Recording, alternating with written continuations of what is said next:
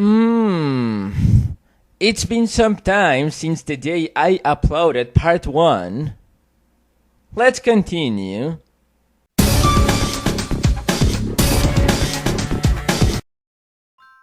Oh, Yoshi, you have some great games. Yoshi's Island DS, Yoshi's Story, and Yoshi Topsy Turvy? Okay, it's true. This is not a great game, but it's not a bad game either.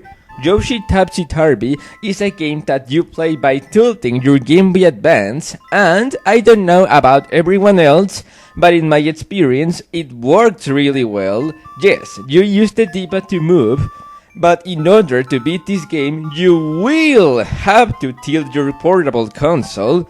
Some parts are kind of creative, and I like the designs of some of the spirits. This game is really short, but it's fun while it lasts.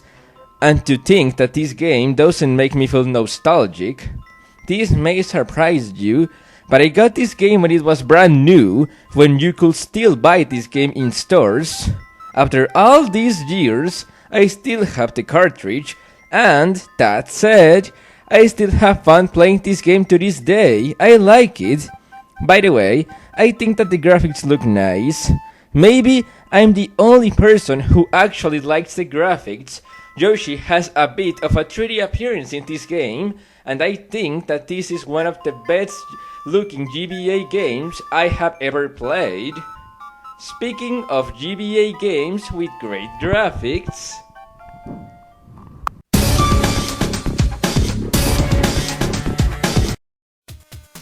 oh god, now we are talking about real guilty pleasures. Some people have criticized this game for its simplicity. It's true, this game is too simple. You literally use only the A button to shoot. That's it.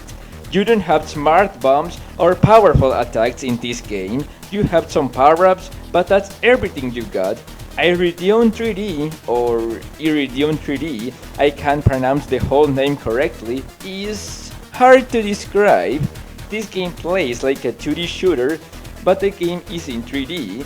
Technically, it's not a real 3D game, but you shoot at the screen. The first thing I noticed when I played this game for the first time was how great it looked. These graphics are amazing for the Game Boy Advance. I don't know how they did it, but they did it. And don't forget that this game was made by an indie developer. Of course, great graphics don't make great games. And yes, somehow I like this game. It's not the most addictive GBA game ever, but I still think that this is a fun game. The music is great in my opinion. It fits the game very well and I like it. Every boss in this game has its own theme and that's awesome. Let's be honest, who doesn't love video games that have some or a lot of bosses? And every boss battle has its own theme. If you are looking for originality, maybe you should look somewhere else. This game is not the most original game ever, that's for sure. You will shoot generic spaceships and machines in this game. Heck, there is even a level that takes place in an asteroid field.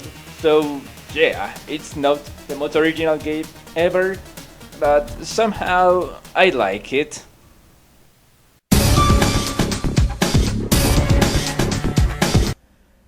Nicktoons Racing for the Game Boy Color.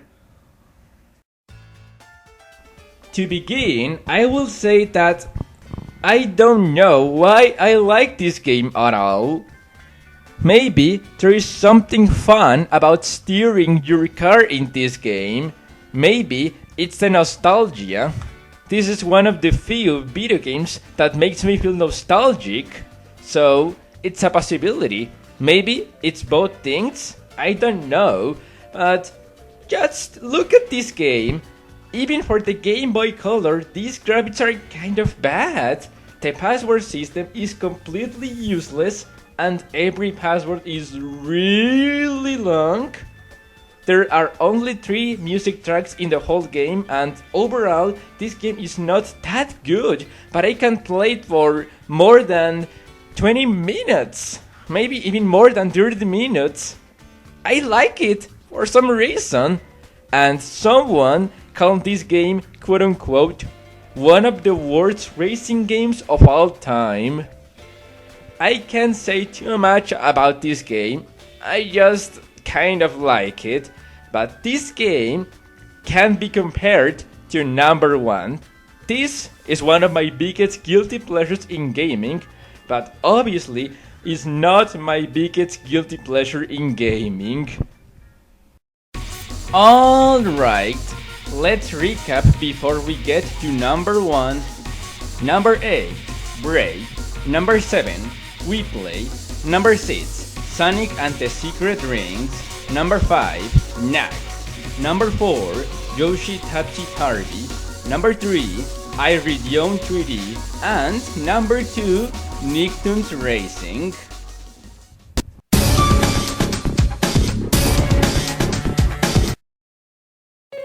I warned you, number 1 may surprise you. It's not any game. After all, that game is my biggest guilty pleasure in gaming. Depending on who you are, you may want to insult me after you find out which game is my biggest guilty pleasure in gaming. If you can't respect the opinions of someone else, leave now! If you are still watching this, then I guess that means that I will have to reveal my biggest guilty pleasure in gaming. Well, enough suspense. I like Monster High 13 Wishes. Yes, I said it. I like this game. I bought it, I have it, and I like it. What? You don't believe me? You think that I don't have this game? Well, take a look at this. I have this game. I'm not lying. There are many reasons why I consider this a guilty pleasure, but I will only mention 3 different reasons. 1. It's a Monster High game. 2. It's a movie-based game. And 3. Nintendo Life gave the Wii U version of this game a 1 out of 10! Come on guys, this game isn't that bad! This game has flaws. Oh, this game definitely has flaws.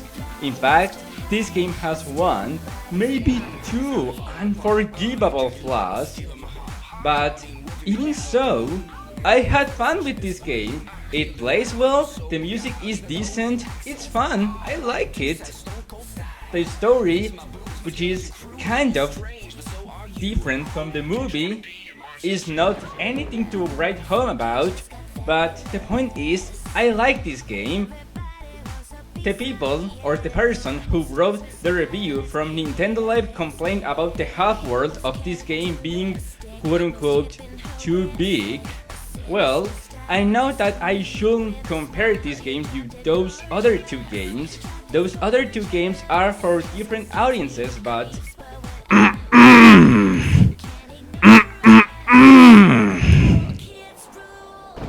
if you think that the half-world of this game is bad, well, go play No More Heroes and Jak 2, then we'll talk. I'm the hero of the wind, and Monster High 13 Wishes is my biggest guilty pleasure in gaming. Thanks for watching, take care.